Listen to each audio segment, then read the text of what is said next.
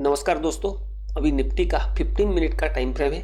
Already हमने जो कल एनालिसिस की थी वही लेवल हमने यहाँ पर प्लॉट किए हुए हैं। वही लेवल से हम एनालिसिस को आगे कंटिन्यू करते हैं। मार्केट ने आज क्लोजिंग दिया है 24,978 पे। अब हमारा यहाँ पर प्लानिंग क्या था कल के एनालिसिस के हिसाब से। मार्केट अगर इस एरिया के अंदर ओपन होता है और इस लेवल की लिक्विडिटी भी ग्रैब कर लेता है, तब भी डाउन साइड के लिए हमें मिनिमम रिक्वायरमेंट होगी वेट करने की 24,850 के लेवल के ब्रेकडाउन होने की वेट करना होगा। लेकिन मार्केट ने इस लेवल का ब्रेकडाउन नहीं किया है, तो आज डाउन साइड का ट्रेड तो हम इनिशिएट नहीं कर सकते थे। रही बात अप साइड की, तो अप साइड में मार्केट ने यहाँ पर कल के क्लोजिंग रेंज के आसपास से अप साइड का मोमेंटम स्टार्ट किया है। ठीक है, इस रेंज के मिडल पार्ट से। तो यहाँ पर अप साइड का ट्रेड आप कैसे प्लान कर सकते थे? जैसे आपने मेरे एनालिसिस वीडियो देख रखे हैं, तो ये इंपॉर्टेंट लेवल था 24,960 और 15 मिनट पे आप देखोगे तो उसका क्लोजिंग अपर साइड में मिला है, लेकिन उसका फॉलोअप नहीं मिला है। तो जब ऐसी जगह पर फॉलोअप नहीं मिलता है तो एक इंपॉर्टेंट कंफर्मेशन लेवल बनता है 15 मिनट के टाइम फ्रेम के हिसाब से। तो यहाँ पर अगर आप देखते हो तो जब ऐसे सेलिंग स्टार्ट हो जाती है और डाउन साइड में आपके पास लेवल दूर रहता है, तो आप वेट कर सकते हो या तो इस लेवल के ब्रेकडाउन होने का या फिर ये कंफर्मेशन लेवल के ब्रेकआउट होने का। और यहाँ पर आप देखोगे क्यों ये इस लेवल के ब्रेकआउट का वेट करना है, उसका रीजन मैं आपको बताता हूँ। अगर प्राइस एक्शन के हिसाब से आप देखोगे, जहाँ से स्ट्रॉन्ग सेलिंग स्टार्ट हुई थी उसके बाद मार्केट ने यहाँ पर रेंज बनाने के बाद ब्रेकडाउन किया था एक इंपॉर्टेंट लेवल पे। मार्केट इस एरिया में ओपन होता है, इसकी लिक्विडिटी ग्रैब कर लेता है। उसके बाद मार्केट को अगर ट्रेंड कंटिन्यूएशन करना है तो नीचे की तरफ फॉलोअप मिलना चाहिए था। तो इसीलिए हम इस लेवल का वेट करते हैं प्राइस एक्शन के हिसाब से। इसका लॉजिक ये है इसका। लेकिन अगर ऐसा नहीं होता है, इसको ब्रेक नहीं करता है, तो उसका मतलब ये है कि ये जो सेलिंग स्टार्ट हुआ था वो सेलिंग फिलहाल आज के इंट्राडे के लिए रुक चुका है। तो जब आप मार्केट इस लेवल को ब्रेक नहीं करता तब तक आप बोल नहीं सकते हो कि ये सेलिंग पॉज हो चुका है। लेकिन अगर मार्केट इस लिक्विडिटी ग्रैब करने के बाद इस लेवल की अभी भी इस कंफर्मेशन लेवल के अपसाइड में निकल जाता है, तो यहाँ पर एक बाइंग अपॉर्चुनिटी बनती है। और हुआ भी ऐसा ही। आप देखोगे यहाँ से ब्रेकआउट होने के बाद प्रीमियम के अंदर एक अच्छा रैली देखने को मिला था। तो यहाँ पर प्रीमियम के हिसाब से आप स्मॉल स्टॉप लॉस के साथ में एक अच्छा ब्रेकआउट ट्रेड प्लान कर सकते थे। ठीक है, ये तो हो गई कल की बात। कल के एनालिसिस के हिसाब से हमने आज कैसे प्लान कर सकते थे। कल के लिए हमारे कौन से लेवल इंपॉर्टेंट रहेंगे? यहाँ पर आप देखोगे कि जहां से ये सेलिंग स्टार्ट हुई थी, स्ट्रॉन्ग सेलिंग कैंडल आई थी, वो लेवल भी हमारा एनालिसिस किया हुआ लेवल 25,022 का लेवल है। पिन पॉइंट आप देखोगे हमारे लेवल किस तरीके से वर्क करते हैं। 25,022 से ही एग्जैक्ट पिन पॉइंट वहीं से सेलिंग स्टार्ट हुई है।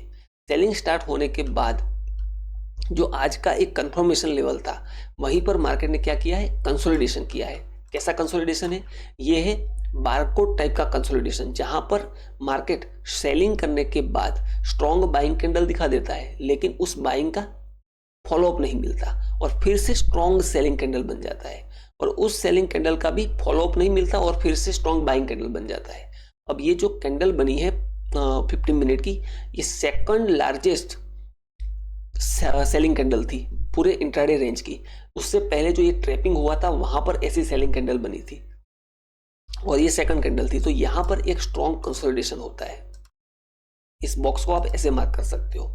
तो यहां पर फिलहाल इस लेवल को मैं हटा देता हूं। तो यहां पर आप देखते हो तो ये प्राइस एक्शन कल के हिसाब से हम कैसे प्लान कर सकते हैं। अब नॉर्मली आपने देखा होगा हम एक रेंज देते हैं डाउन साइड में या अप साइड में कंफर्मेशन के लिए।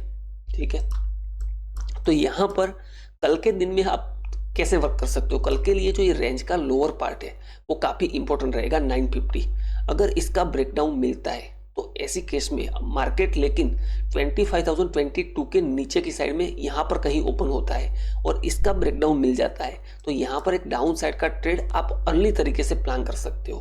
क्यों प्लान कर सकते हैं? क्योंकि यहाँ से कल का आज का जो कल के क्लोजिंग से जहां से अप साइड में मार्केट ने स्टार्ट किया था रैली, उसी लेवल तक भी आप देखोगे तो इस रेंज से 56 पॉइंट और पूरा अगर ये रेंज तक का वेट करें तो 90 पॉइंट का यहाँ पर रेंज है। लेकिन यहाँ पर आपको मिनिमम क्वांटिटी के साथ और रिस्क मैनेजमेंट को देखते हुए ट्रेड प्लान करना चाहिए। और यहाँ पर एक बार मार्केट यहाँ से डाउन की तरफ मूव होता है, और प्रीमियम के अंदर ज़्यादा गेन नहीं मिलता है तो आपको स्टॉप लॉस को कोस्ट टू कोस्ट यहाँ पर प्लेस कर देना चाहिए और यहाँ पर अननेसेसरी बड़ा रिस्क नहीं लेना चाहिए। और इन केस बड़ा मोमेंटम आ जाता है और इस लेवल का ब्रेकडाउन मिल जाता है तो फिर यहाँ से ब्रेकडाउन मिलने के बाद अगर एक स्मॉलर टाइम फ्रेम पे 1 मिनट पे एक पुलबैक के बाद अगर वो ब्रेकडाउन कंटिन्यू करता है तो फिर आप उसी के हाई के स्टॉप लॉस के साथ एक लंबा टारगेट भी प्लान कर सकते हो। लेकिन जरूरी नहीं है मार्केट ऐसा ही करे। तो अप साइड के लिए मार्केट अगर यहाँ पर ओपन होता है और इस लेवल का ब्रेकडाउन करता है, ब्रेकडाउन नहीं कर पाता मान लो, और लिक्विडिटी ग्रैब करता है और ब्रेकडाउन नहीं कर पाता है, तो उस केस में अप साइड में आप मिनिमम रिक्वायरमेंट होगी 25,022 के लेवल के ब्रेकआउट की।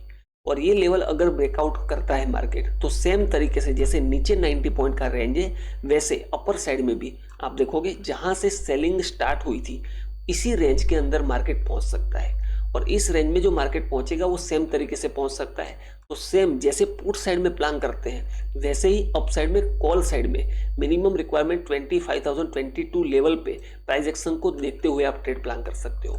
इन केस इस रेंज के अंदर गैप अप ओपन हो जाता है तो मिनिमम रिक्वायरमेंट जब तक कल का एनालिसिस का अपना पार्ट था 25,160 के आसपास प्राइस सस्टेन करती है तो एक मोमेंटम ट्रेड अपसाइड का हमें मिल सकता है। या फिर यहाँ पर ओपन होते हुए मार्केट ऐसा कोई सिनेरियो बनाता है कि आपको अपॉर्चुनिटी नहीं मिलता है, मार्केट स्ट्रॉन्ग बाइंग कैंडल या स्ट्रॉन्ग सेलिंग कैंडल बना देता है, तो उस केस में अपर साइड में इस लेवल का वेट करना होगा और इस लेवल पे प्राइस एक्शन कैसे डेवलप होता है उसको देखते हुए इस लेवल पे ब्रेकआउट ट्रेड अटेम्प्ट किया जा सकता है। और अगर वो ब्रेकआउट मिलता है तो फिर ये जो इंपॉर्टेंट लेवल है सप्लाई जोन था हमारा 25,255 तक, वहां तक एक मोमेंटम ट्रेड मिल सकता है। तो ये है दोस्तों कल के लिए एनालिसिस। इन केस ऑफ बड़ा गैप डाउन ओपन होता है तो कल के वीडियो में ऑलरेडी एक्सप्लेन किया हुआ है, और बड़े गैप अप के केस में क्या करना चाहिए वो भी आपको ऑलरेडी यहाँ पर एक्सप्लेन किया हुआ है। तो ठीक है दोस्तों, आपको ये एनालिसिस वीडियो कैसा लग रहा है वो मुझे कमेंट में जरूर बताना। आपने आज कैसे वर्क किया, आपने किस तरीके से प्राइस एक्शन को देखा वो भी कमेंट में आप बताना। तो मिलते हैं कल एक नए एनालिसिस वीडियो में नई लर्निंग के साथ। Thank you.